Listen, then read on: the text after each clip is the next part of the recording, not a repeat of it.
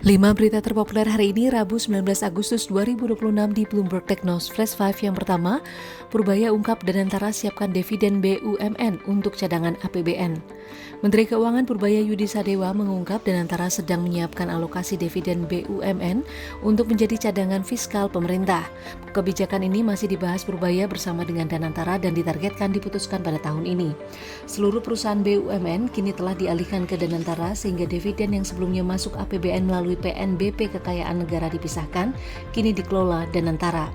Namun kebijakan tersebut belum tercantum dalam RAPBN 2027. PNBP 2027 diperkirakan mencapai 517.410,8 miliar rupiah atau turun 10% dari outlook APBN 2026.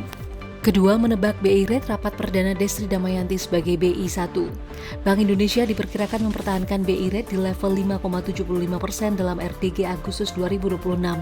Konsensus Bloomberg terhadap 29 ekonom dan analis menunjukkan median proyeksi 5,75% dengan estimasi terendah di level yang sama dan tertinggi 6%. Stabilnya rupiah di kisaran Rp17.800 hingga Rp17.900 per dolar Amerika Serikat sepanjang Agustus menjadi salah satu pertimbangan.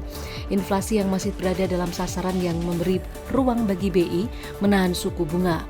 Namun ekonom Bank UOB Indonesia Enrico Tanuwijaya memperkirakan BI rate bisa kembali naik menjadi 6%. Ketiga, Trump tegaskan tak berminat perpanjang kesepakatan dengan Iran. Presiden Amerika Serikat Donald Trump menegaskan tidak berminat memperpanjang kesepakatan dengan Iran yang akan berakhir di tengah kembali memanasnya pertempuran.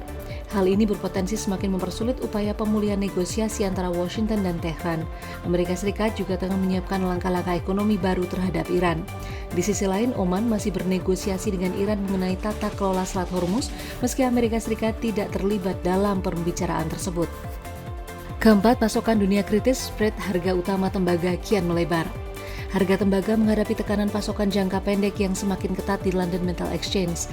Pada Senin, harga tembaga spot bahkan sempat mencapai $545 per ton, lebih tinggi dibandingkan kontrak berjangka 3 bulan.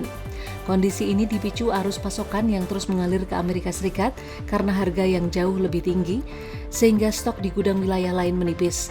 Harga tembaga telah naik lebih dari 13% sepanjang tahun ini, namun stok global LME juga meningkat setelah penambahan lebih dari 3.000 ton di Malaysia. Kelima, final Perpres pastikan driver ojek online dinaungi UMKM. Wakil Ketua DPR Sufmi Dasko Ahmad memastikan pengemudi ojek online akan dinaungi pemerintah dalam status sebagai UMKM. Keputusan ini disampaikan setelah rapat finalisasi antara DPR dan pemerintah pada Selasa 18 Agustus 2026. Pembahasan melibatkan Komdiji, Kementerian Perhubungan, Kementerian Dalam Negeri, dan BPI Danantara.